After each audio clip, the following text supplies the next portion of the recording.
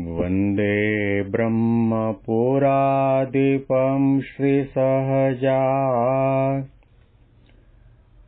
नन्दं च मूलाक्षरम्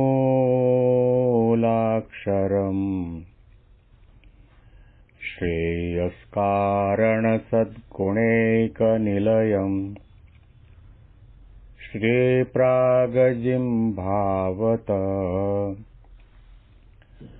ब्रह्मोपासनधारकं गुरुहरिं यज्ञं तथा योगिनं प्रीत्येवं प्रमुखं महन्तमनिशं श्रेजे स्वरूपं मुदा। મહિમાનો મહિમા પ્રવચન માળામાં આજે 5મી ફેબ્રુઆરી 2025 બુધવારના દિવસે તમામ સંતો હરિભક્તોને મારા સાષ્ટાંગ પ્રણામ. જય સ્વામિનારાયણ. હેપી વચનામૃત દ્વિશતાબ્દી મહોત્સવ. હેપી પ્રમુખ સ્વામી મહારાજ શતાબ્દી મહોત્સવ. ગરડાંત્યનું 24મું વચનામૃત, જેમાં શ્રીજી મહારાજે મુક્તાનંદ સ્વામીના પ્રશ્નના ઉત્તરમાં ભગવાનની સેવામાં રહી શકાય એવી પાત્રતા કેળવવા માટેના 16 સાધન બતાવ્યા છે. એ 16 સાધનનો હેતુ માત્ર ને માત્ર એટલો હોવો જોઈએ કે આપણે અક્ષરધામની અંદર પરબ્રહ્મ પુરુષોત્તમ નારાયણની સેવામાં રહી શકીએ અને એ સેવા ભગવાન હોંશે હોંશે સ્વીકારે, આપણા ઉપર રાજી થાય. તો સેવામાં રહેવા માટેની પાત્રતા કેળવવા માટે કયા કયા ગુણો અને કયા કયા સાધનોની જરૂર છે એની વાત મહારાજે ક્રમશઃ કરી. શ્રદ્ધાની જરૂર, સ્વધર્મની જરૂર, વૈરાગ્યની જરૂર, સર્વ પ્રકારે ઇન્દ્રિયોનો નિગ્રહ કરવાની જરૂર, અહિંસાની જરૂર, બ્રહ્મચર્યની જરૂર. આટલા સાધનોના અનુસંધાનમાં આપણે તેને સમજવા માટેનો પ્રયત્ન કર્યો. ત્યાર પછી આગળનો એક મુદ્દો બતાવે છે. જે વાત મહારાજે કરી છે આપણે ક્રમશઃ સાંભળીએ. ત્યારે શ્રીજી મહારાજ બોલ્યા, જે શ્રદ્ધા, સ્વધર્મ, વૈરાગ્ય, સર્વ પ્રકારે ઇન્દ્રિયોનો નિગ્રહ કરવો, અહિંસા, બ્રહ્મચર્ય, સાધુનો સમાગમ, આગળના જે સાધન કહ્યા એના ઉપર વિચાર કર્યો. હવે આગળનો એક મુદ્દો જેને સાધન સ્વરૂપે મહારાજ કહ્યો છે, સાધુનો સમાગમ. જોવા જઈએ તો આ સાધુના સમાગમની અંદર બધા સાધનો આવી જાય. સાધુનો સમાગમ કરીએ તો સત્ય અસત્યનો વિવેક આપણને આવે. સાધુનો સમાગમ કરીએ તો અંતરદ્રષ્ટિ પણ થાય, આપણા ગુણ અને દોષો પણ ઓળખાય. સાધુનો સમાગમ કરીએ તો આપણા આરાધ્ય ઇષ્ટદેવ પુરુષોત્તમ નારાયણનો જેમ છે તે મહિમા પણ સમજાય, એની નિષ્ઠાની દ્રઢતા પણ થાય. સાધુનો સમાગમ કરીએ તો આપણામાં શ્રદ્ધા વધે, ભગવાનના વચનમાં વિશ્વાસની અંદર દ્રઢતા આવે.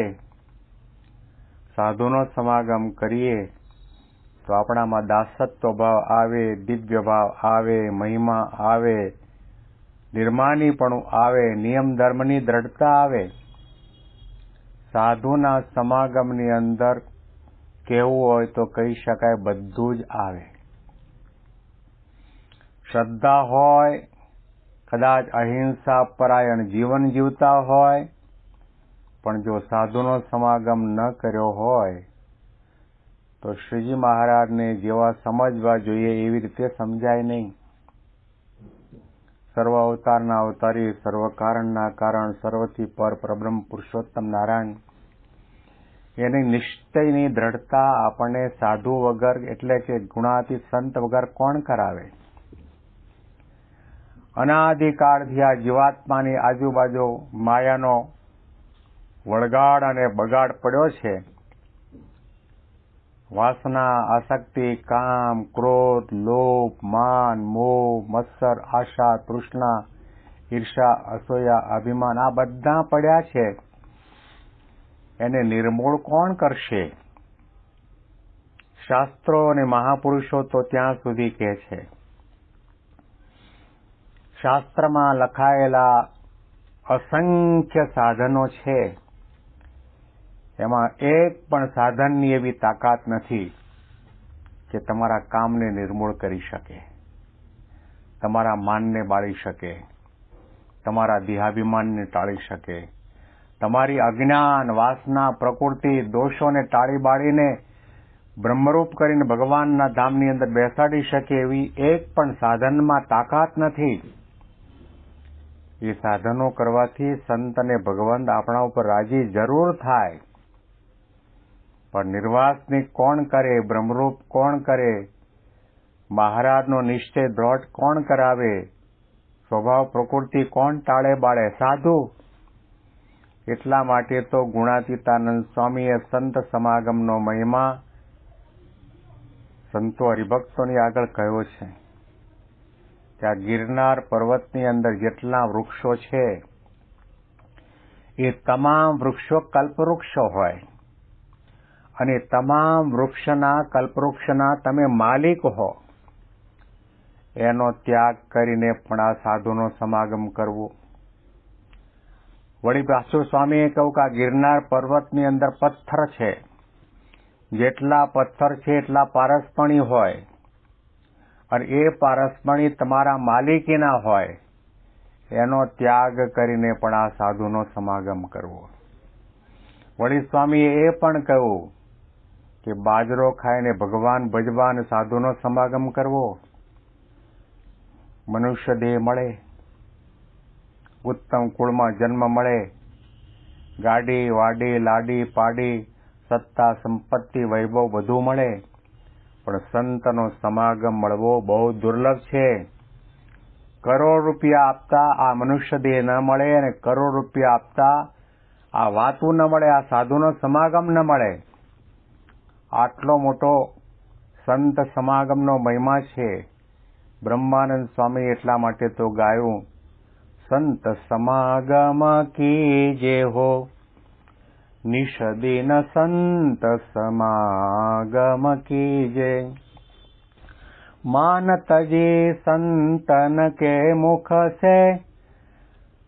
માનનો ત્યાગ કરી ભગવાનના જ્ઞાનામૃતનું પાન કરવા માટે સંતનો સમાગમ કરવો. બ્રહ્માનંદ કે સંત કી સોબત મિલત હે પ્રગટ મુરારી, સંત પરમ હિતકારી, જગત માહી સંત પરમ હિતકારી.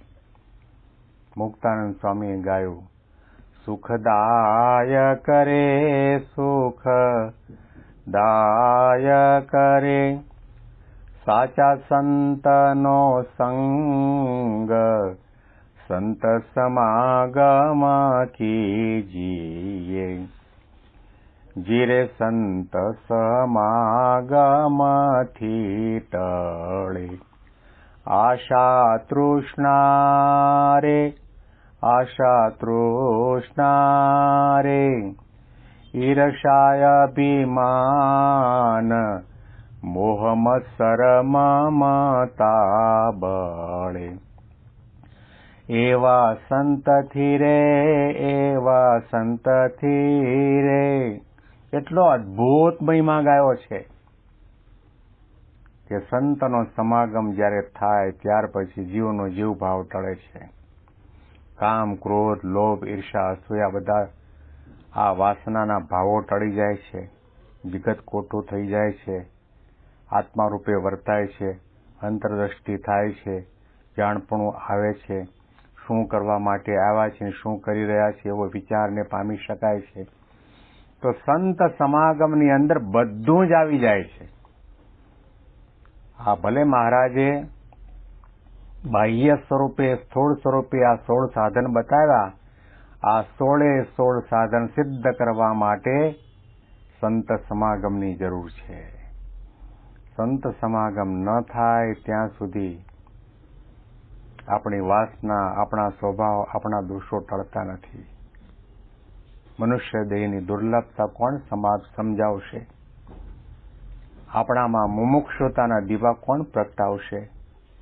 અનાદિકાળથી હૈયાની અંદર અજ્ઞાન, વાસના, સ્વભાવનું અંધારું એને ટાળી બાળી અને બ્રહ્મ જ્ઞાનની જ્યોતિ કોણ પ્રગટાવશે?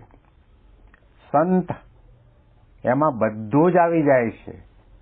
ગુણાતીતાનંદ સ્વામીએ કહ્યું છે, મહારાજે શિક્ષાપત્રીમાં કહ્યું, કાર્ય સંગોન વહમ સતામ, નિત્ય પ્રત્યે સાધુનો સમાગમ કરવો. દાન ધર્માદો કરવાની વાત પણ કરી છે. સગા ભાઈ સાથે વસ્તુનું લેણદેણ કરવાની હોય ત્યારે લખત રાખ્યા સિવાય, સાક્ષી રાખ્યા વગર ન કરવું. ગાળ્યા વગરનું પાણી ન પીવું એવી વાત પણ કરી. અજાણ્યા વૈદ્યની પાસે ઔષધ ન લેવી એ પણ વાત કરી. ઝીણા જૂ માકડ ચાંચડ ન મારવા એની વાત પણ કરી. ઘણી બધી વાત કરી, પણ એની અંદર અતિ અગત્યનો મુદ્દો કયો છે? સંતનો સમાગમ. સંત સમાગમ. ગુણાતીતાનંદ સ્વામીએ કહ્યું, તમે હરિભક્તો બધા તમારી આવરદાનો 10મો અને 20મો ભાગ કાઢો છો. તમારી ઇન્કમ જે આવક છે એનો 10મો અને 20મો ભાગ કાઢો છો. એવી રીતે તમારા આવરદાનો પણ 10મો 20મો ભાગ કાઢવો. 12 મહિનામાં 1 મહિનો સમય કાઢીને સંતોનો સમાગમ કરી લેવો. યોગી બાપા એટલા માટે તો કહ્યું કે દર રવિવારે સભામાં જવું, કારણ કે 6 દિવસ આપણે હાંકમ હાંક વ્યવસાય, નોકરી, ધંધા, વેપાર આની અંદર હાંકમ હાંક મંડ્યા હોય, એની ઘણી બધી ધૂળ ચોંટી ગઈ હોય. રવિવારની સભામાં જઈએ, અદ્ભુત મહિમાની, નિષ્ઠાની, ભગવાનના મહિમાની વાતો થાય, સંતના મહિમાની વાતો થાય, અંતરદ્રષ્ટિની વાતો થાય, જાણપણાની વાતો થાય, પ્રાપ્તિના મહિમાની વિચારની વાતો થાય. આ બધી ધૂળ ખંખેરાઈ જાય. એટલા માટે શ્રીજી મહારાજ કહે છે કે સંત સમાગમ કરશો તો પછી જ આ ભગવાનની સેવામાં રહી શકાય એવી પ્રકારની પાત્રતા. સંતને માતાની ઉપમા આપી છે. માતાનું બાળક હોય, નાકમાંથી શેડા નીકળતા હોય, એના હાથ પગ ધૂળવાળા થયા હોય, મળમૂત્ર કર્યા હોય, કપડાં ગંદા થયા હોય, અને એની માં છે એના બાપને કહે કે આ દીકરાને તમે થોડો વખત રાખો તો નહીં રાખે. પણ સંત સ્વામી કહેતા કે માને પોતાના બાળક માટે વાત્સલ્ય ભાવ છે એટલે એને નવડાવશે, ધોળાવશે, એને બાબરી વાળી દેશે, કપાળના ડાબા ખૂણામાં કાળો ચાંદલો કરશે, પફ પાવડર સ્નો લગાડી દેશે, સારું રૂડું રૂપાળું જબલું પહેરાવશે અને આ મગમગ તો કરી દેશે. ને પછી એના પપ્પાને કહે કે તમે લો તો 2 ડગલા આગળ આવીને સામેથી એને ઉપાડી લે અને વાલ કરવા માંડી પડે. એમ આપણે પણ વાસનાના મળમૂત્રથી ગંધાયેલા, ભરેલા છીએ. દેહાભિમાનના કપડાં છે. એ બધા દેહાભિમાનના કપડાં, વાસનાના કપડાં, દુર્ગંધપણાની વાત એ બધી દૂર કરીને સંત આપણને બ્રહ્મભાવના કપડાં પહેરાવી, નિર્ગુણ કરી, નિર્વાસની કરી, શુદ્ધ કરી, પરમ પવિત્ર કરી અને ભગવાનના ખોળામાં મૂકે એટલે ભગવાન આપણને હોંશે હોંશે સ્વીકારે અને એનો સેવાનો અધિકાર આપણને પ્રાપ્ત થાય. એટલા માટે સંત સમાગમની જરૂર છે. આના અનુસંધાનમાં વિશેષ વાતો આપણે આવતીકાલના પ્રવચનમાં સાંભળીશું. તમામ સંતો હરિભક્તોને મારા સાષ્ટાંગ પ્રણામ. જય સ્વામિનારાયણ.